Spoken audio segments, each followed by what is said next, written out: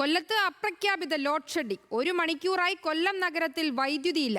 ഷമീർ അബ്ദുൾ വിവരങ്ങളുമായി ചേരുന്നുണ്ട്. ഷമീർ, കൊല്ലത്ത് ഏത് ഭാഗത്തായിട്ടാണ് അപ്രഖ്യാപിത ലോഡ് ഷെഡിംഗ്?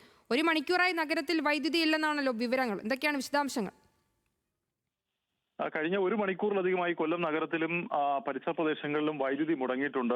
നേരത്തെയൊക്കെ 15 മിനിറ്റ് ആയിരുന്നു കഴിഞ്ഞ ദിവസങ്ങളൊക്കെ നിയന്ത്രണം ഏർപ്പെടുത്തിയിരുന്നെങ്കിൽ ഇന്നിപ്പോൾ ഏതാണ്ട് 1 മണിക്കൂർ പിന്നിടുന്നു ഈ വൈദ്യുതി തടസ്സപ്പെട്ടിട്ട്.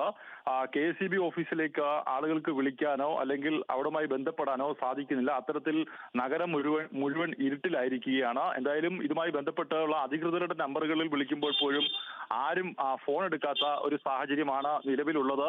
നഗരവാസികളെ ഒന്നടങ്കം വെല്ലുവിളിക്കുന്ന ഒരു സാഹചര്യത്തിലേക്കാണ് KSEBയുടെ നിലവിലെ നീക്കം.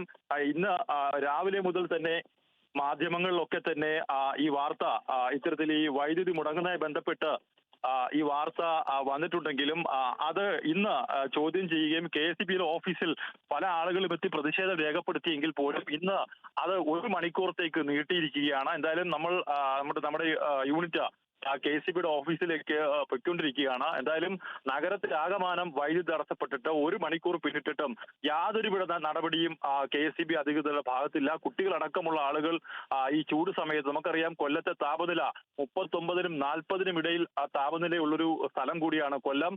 അവിടെയാണ് ഇത്തരത്തിൽ ഈ ഒരു വൈദ്യുതി മുണ്ടയ്ക്കലടക്കം കൊല്ലം നഗരത്തിൽ ജില്ലാ കളക്ടർ താമസിക്കുന്ന ഭാഗമടക്കമുള്ള ഭാഗങ്ങളിലാണ് ഇത്തരത്തിൽ ഈ വൈദ്യുതി മുടങ്ങിയിരിക്കുന്നത്. യാതൊരുവിധ നടപടിയും ഇതുവരെയുമായി KSEBയുടെ ഭാഗത്തുനിന്നും ഉണ്ടായിട്ടില്ല.